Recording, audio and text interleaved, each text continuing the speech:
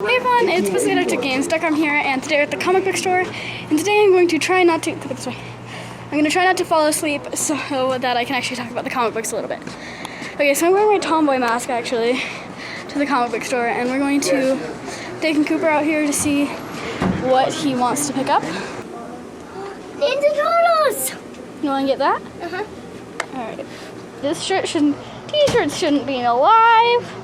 Two shirts don't have shoes. What's in here? Oh, there's a Cooper. Oh wait, these t-shirts shouldn't be moving. T-shirts don't have a little bit of hair. What's that? It's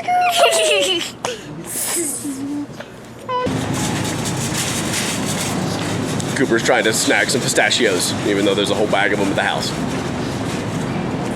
Keep going.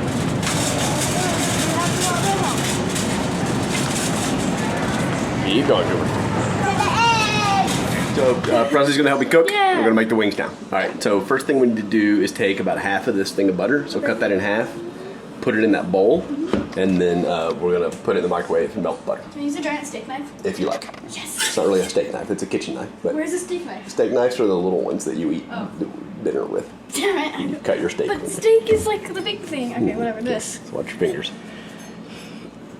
Put one hand on top of it, above the butter. Put a hand on top of the knife, above the butter.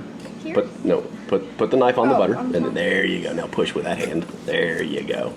They say butter is easy to cut. It is like a hot knife through butter. Switch sides. But the knife isn't hot. That's really sad. Okay. Now take the paper off, one half of that, whichever half, and put it in the bowl. This half. Yeah, that's a lot of butter, but it is what it is. Yeah. Butter. Should I use the other half? No. Throw it in there. Cool. Butter. Okay, now butter in the microwave. Let's put it in for a minute and see how much of it melts. What if I use the 30 seconds button on the microwave? Like I don't know why I only pressed that button. You only press the 30-second button? Yeah, like no matter if even I have mac and cheese that's like in for 4 minutes and I'm just like do. Okay. All right, we'll melt the butter. We'll be right back. Okay, so there's no super artful way to batter these wings, and so what we're gonna do is we're gonna use the butter. So the wings are gonna go in the butter and get wet. Not right now. I'm just gonna walk you through the assembly line here. So in the butter and get wet, and then we're gonna put it on the plate and then sprinkle some of the Parmesan on it on both sides, and then put it over on the rack. Yeah, you definitely want to use one of these little racks if you have one, so that they stay crisp and they don't sit in their own juice right when they get wet.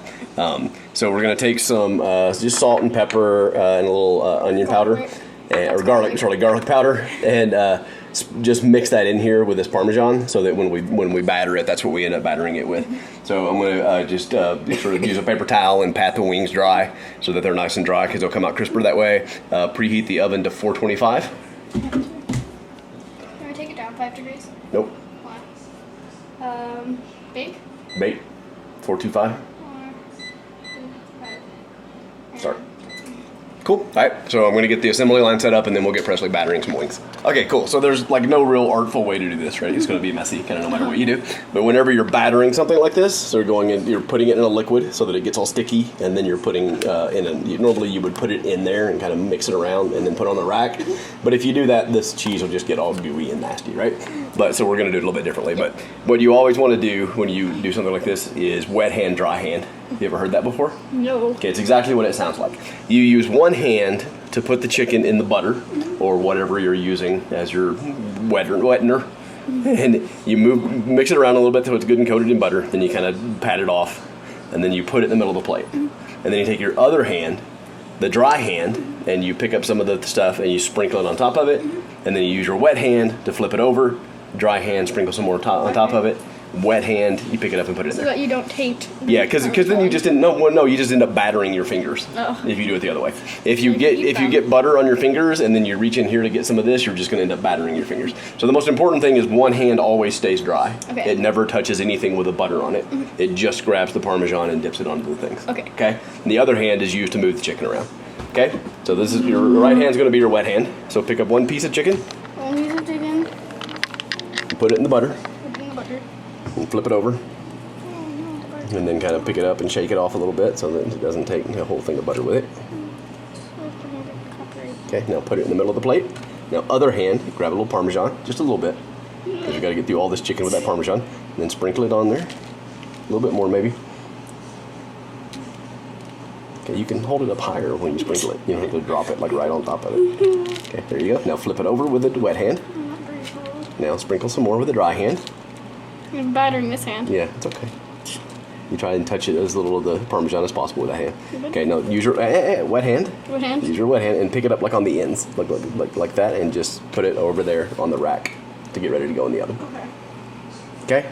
Now, we're just going to keep doing that over and over and over again, and I'll help you out. Okay. Here, let's watch one more. Okay. In there, wet hand, flip it over.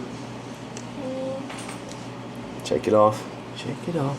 Shake it off. No, we're going to get a copyright strike. Shake it off. Shake it. Probably not. I'm sure it cannot possibly recognize what I just did. Okay, now on the plate, dry hand sprinkle. Dry hand. From higher than you did before. A little bam. Flip it over. Wet hand. His hand. Dry hand sprinkle. Wet hand, put it on the rack. Okay? And your hand. I broke it. Alright, so we're going to do a bunch more of those. We'll be right back.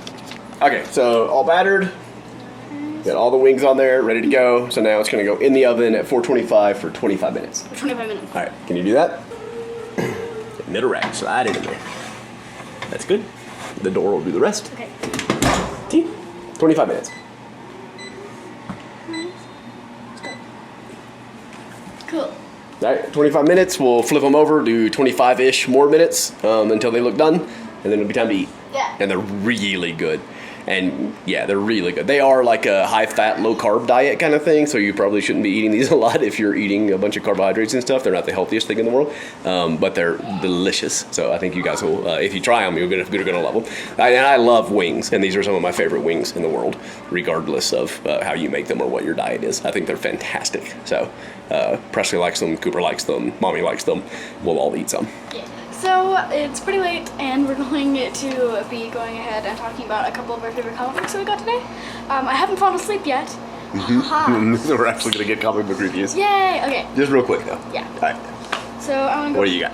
I have the first one is Steven Universe, and it's one of these like short Steven Universe, just like a story. I'm not entirely sure if they're canon or not, but it's just like a really short story. There's been a couple comic books in the series, and this is the one that's wrapping it up. And there's this glass ghost, as it's called, and there's a rumor that if you touch if the ghost touches you, then you turn into glass also. And there's this whole rumor about this, and in this issue, they find out that it's a gem monster that can't control it. Oh, cool. It's a corrupted gem, and said that's why there's this legend of this ghost that lives in this forest. And sort of towards the end, and what was I gonna say? Oh yeah, Steven has this power to kind of make a bubble around himself. Oh, cool. Like Bubble Girl? Yeah, because he's part gem. So he makes a bubble around himself, and... Does he have a little bird with an egg beak that can break the bubble? He does not. Okay. That's an obscure reference. Presley invented a comic book when she was super young. I don't know, you must have been like Cooper's age. Yeah. Like 4 or 5, and it was called Bubble Girl, and this girl, she fell in some toxic slime. She got bit by a monkey Why was it a monkey? I don't know, that had eaten some toxic slime that gave her the power to like create this slime around her skin, and she could blow it up into a big bubble, and the bubble was totally impenetrable. The slime part. Yeah, it was totally impenetrable. Nothing could penetrate it except for her. The egg tooth of a bird. Yeah, it was like an owl. Yeah. And it had like a little egg tooth, and we called it the bubble tooth or something, and it could pop the bubble and get her out. And do you remember what the owl's name was? I don't remember. No, I don't. I've got notes on this whole. We were going to draw it up as a comic book, but I can't remember what it was. So yeah, it was kind of funny. So there was a very Bubble Girl thing happening in there. And they're also pink. And the pink, yeah. Oh yeah, she wore pink Skechers. Remember, Wait, she had a Skechers outfit. Skechers? Her outfit was a Skechers outfit. Yeah. Oh, really? Yeah. Oh, okay. Not Spawn. Hashtag not Spawn. You were very serious about the Skechers at the time. I really wanted Skechers because the toes lit up.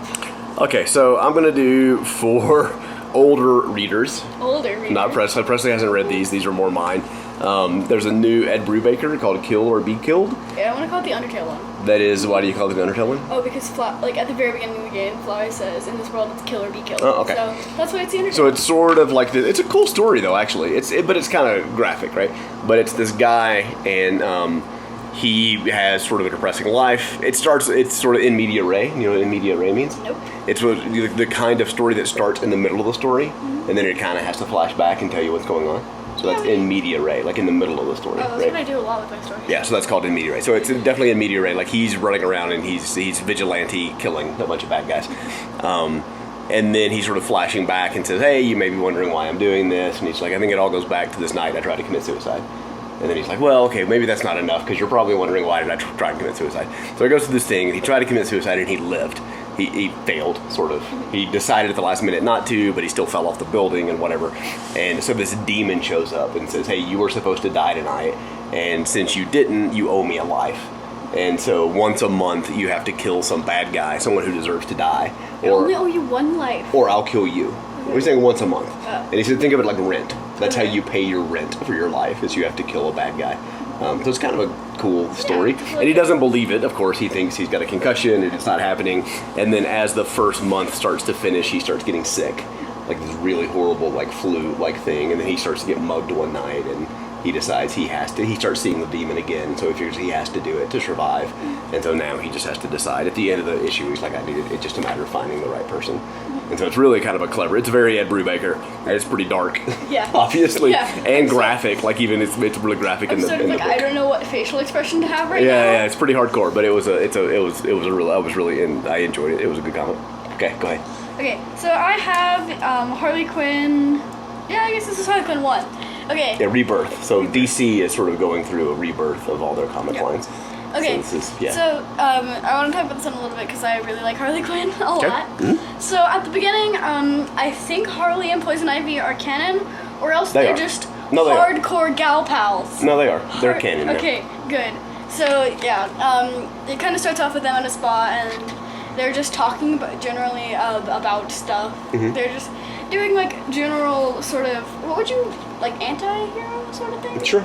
Sure, anti-hero. We'll give her that. They're anti-heroes. Yeah, That's true. general anti-hero talking things. Mm-hmm. And then she's sort of, I guess she's hiring these people, or I couldn't exactly tell what's happening, but she's doing this kind of show where she's introducing all of her friends to these two people. So what she's doing, so she sort of tells her story. She talks about the Joker, except I think in the old one, or at least in the Harley Quinn trade that I got, she got like strapped to a rocket, and that's why she started not liking the Joker. But except this time it's a lot less dramatic. She just got broken up with. Yeah.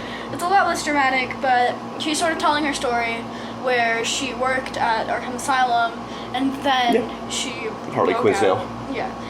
Harleen Quinzel, yeah. Harleen? Harleen? Yeah, I think so. Hold on. Okay. Yeah. All right. And then she breaks out. She tells the story, and she's introducing all these different. She has like a bunch of pets, which I mean, me too. So it's kind of like a backstory kind of thing, since it's a first issue. Yeah, it's a first issue, so she talks about her backstory, and then she's kind of talking about like all of her friends. So it's really also really nicely staged, so it's not just like showing the backstory, like it's actually her telling the story. Oh, right. Yeah. On front of the stage, and that's sort of the basis of the comic book. Yeah, we also got the rebirth of Suicide Squad, Okay. which neither of us read yet. Yes. But we got it today, but we'll check it out and see what we think about it. And we're going to go see Suicide Squad tomorrow night. Yeah. Go see the movie. Really late. Although not optimistic about how that's going to go. But we'll go see it and see. We'll let you know what happens tomorrow. Okay, I'll do... Oh wait, I want to read this one because that one's too inappropriate too. And this one's actually inappropriate too. I don't think Presley should read this one, but but this is not as bad though. It's called Black Hammer. It's a new #1 as well. And so there's this team of people that live on this farm, and you see really clearly early on that they sort of have superpowers, and some of them are aliens and like mutant kind of people. And it's kind of weird that This girl looks almost exactly like a character from a book I was reading, like on the cover. It's weird. Yeah, so she can fly, and then like this guy's obviously an alien, and his name's like Barbalian, which is kind of a funny name. But you have no idea why they're living on this farm and sort of living this normal farm life, and then you find out towards the end of the issue that they lived like in a metropolis. It was a very like there's a lot of riffs on like Metropolis and the Daily Planet and those kinds of things, and so they got in a big epic fight with some supervillain, and then there was a big explosion where they destroyed the supervillain, but they all disappeared. and so everyone assumed that they were dead and like their bodies were obliterated. But one of their daughters, one of the hero's daughters, is still in that world, and she's like, look, she's a reporter for the equivalent of the Daily Planet, and she's like, look, I'm convinced that they're alive and that I'll be able to find them someday, and so she's searching for them. So that's just kind of the kickoff for a new series. I thought it was pretty good. That's mostly language, especially for some reason the woman superhero on the team in this new farm world that she lives in, she's trapped in the body of a 9-year-old girl. But she's, using profanity and stuff because she's actually an adult and she cusses like a sailor. And so, yeah, that's a little inappropriate. Sort of like but I Hate Fairyland. It's yeah, I Hate Fairyland is worse, I think, than this. But it's so far really good. I'll pick it up for a couple more issues and kind of see where it goes. Definitely, I'll probably add Kill or Be Killed to my pull list because that was good enough that I just want to keep reading that. And then Black Hammer, I'll probably just grab when it comes out and see what I think about it. Yeah, a good week though. It's been kind of slow lately for the comic books, but I thought those were good comic books. I enjoyed them. Yeah, you agree? All right, so next week, more comics. And tomorrow, what's tomorrow? Oh, tomorrow's a giant box of stuff. Oh, yeah, tomorrow is the giant box. The kids got a giant box of toys from Sweet Sweet. Yeah. Yeah, so watch tomorrow and you see the kids open their toys and stuff. Yeah? Yeah. All right. So, yeah, thank you for watching, and I'll see you tomorrow. Bye! Bye, guys.